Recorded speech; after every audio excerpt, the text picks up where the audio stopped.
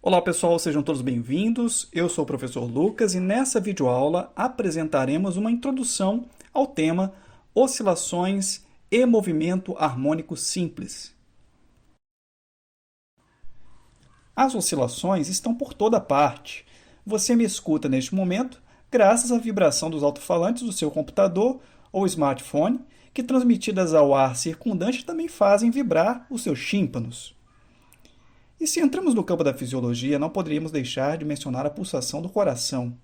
Afinal, é graças a essa oscilação periódica que estamos vivos neste momento. Aliás, nem precisaríamos nos alongar muito aqui, porque desde pequenininho você sabe bem o que é oscilação. As oscilações estão presentes na vibração da corda de um violão ou no corpo de um diapasão, que é usado na sua afinação. Você também pode observá-las no movimento de um pêndulo ou no sistema de amortecimento do seu automóvel, no galho de uma árvore que oscila sobre a passagem do vento. Enfim, as ocorrências são múltiplas e variadas, pois mesmo no mundo microscópico elas aparecem. As moléculas estão em constante vibração. Aqui nós temos três sistemas oscilantes simples. Eles são ditos simples porque têm apenas um grau de liberdade, ou seja, a oscilação pode ser descrita por uma única coordenada. Essas coordenadas que vocês veem aí. Usaremos o primeiro desses sistemas como protótipo para o estudo de um caso particular, mas muito importante de oscilação, que é chamado movimento harmônico simples.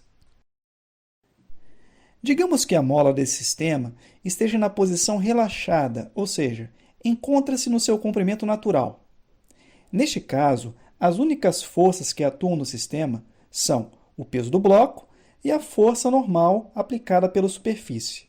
Aqui estamos desprezando a massa dessa mola.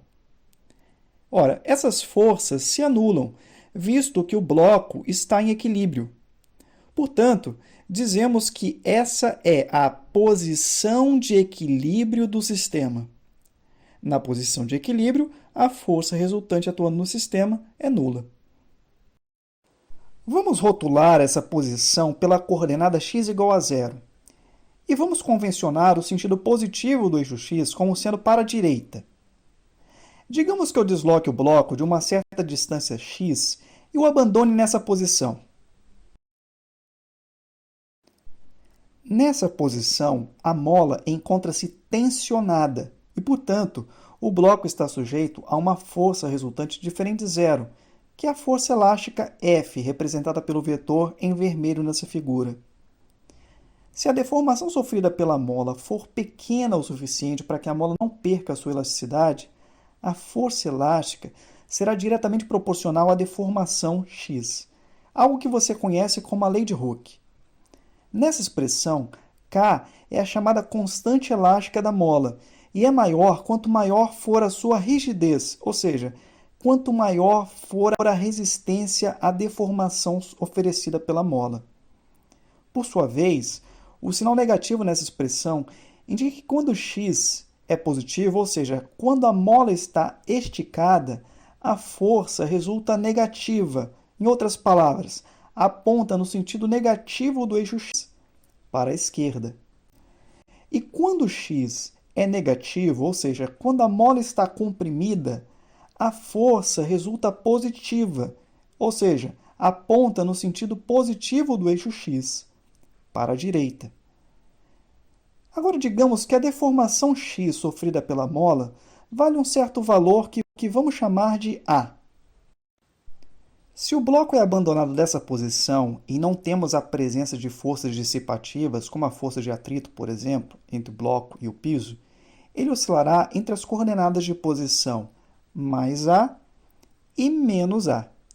Vejamos. Neste caso, dizemos que A é a amplitude da oscilação.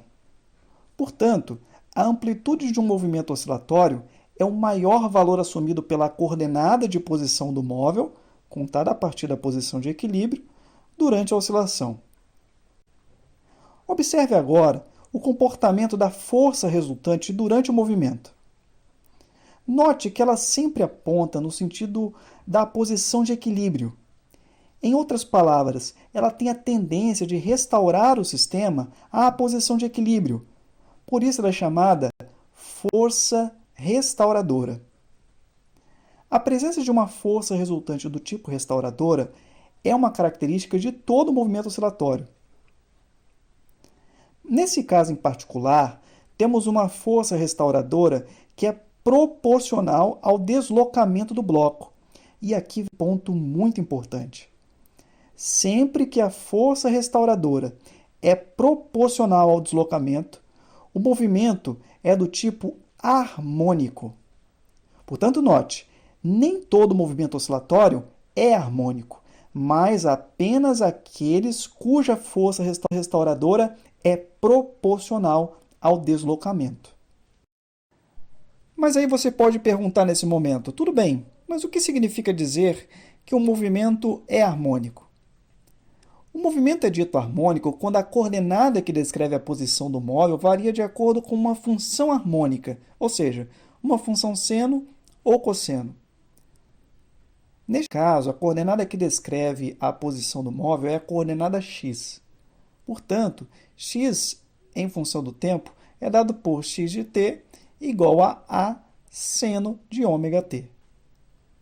O significado desse ômega nós vamos explorar numa aula posterior. Bom, você já sabe que os valores assumidos por uma função seno estão compreendidos entre 1 e menos 1. Portanto, se multiplicarmos a função seno por um número a, os valores assumidos pela função passam a estar compreendidos entre a e menos a. Veja o exemplo a seguir. Aqui temos um bloco que oscila harmonicamente com amplitude de 2 cm.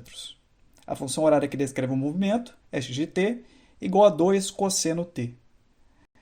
Veja o gráfico dessa função. O retângulo auxiliar de cor vermelha e que move-se sobre o gráfico mostra a posição instantânea do bloco sob estudo. Observe também que uma forma equivalente de se escrever a função horária é x de t igual a 2 seno de t mais π sobre 2, visto que a diferença entre as funções seno e cosseno é uma defasagem de π sobre 2 radianos. E para finalizar essa seção, ressaltamos que o movimento desse sistema tem apenas um grau de liberdade, que é o deslocamento horizontal, descrito aí pela coordenada x. Portanto, esse movimento harmônico é um movimento harmônico simples, ou, como é costumeiro abreviar, trata-se de um MHS. Bom, vamos considerar agora um outro sistema, um pêndulo simples. Novamente, nosso sistema encontra-se inicialmente na posição de equilíbrio, onde a força resultante é nula.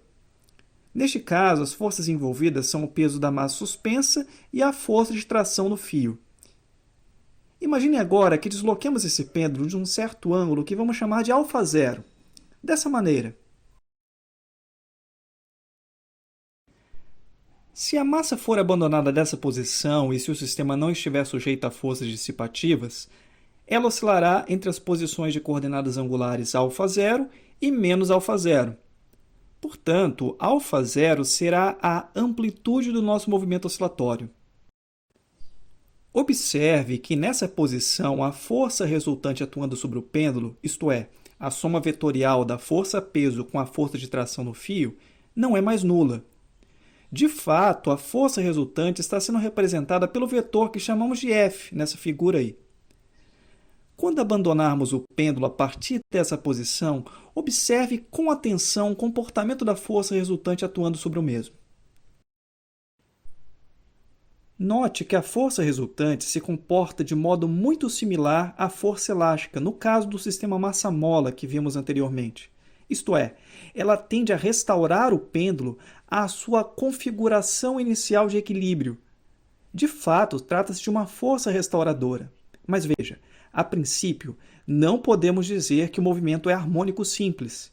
Lembre-se, o movimento só será harmônico se a força restauradora for proporcional ao deslocamento, neste caso um deslocamento angular do sistema. De fato, isso não é verdade para qualquer amplitude de oscilação. Mas, como veremos, para pequenas oscilações em torno da posição de equilíbrio, a força restauradora será, sim, proporcional ao deslocamento angular alfa, e novamente nós estaremos diante de um movimento harmônico simples.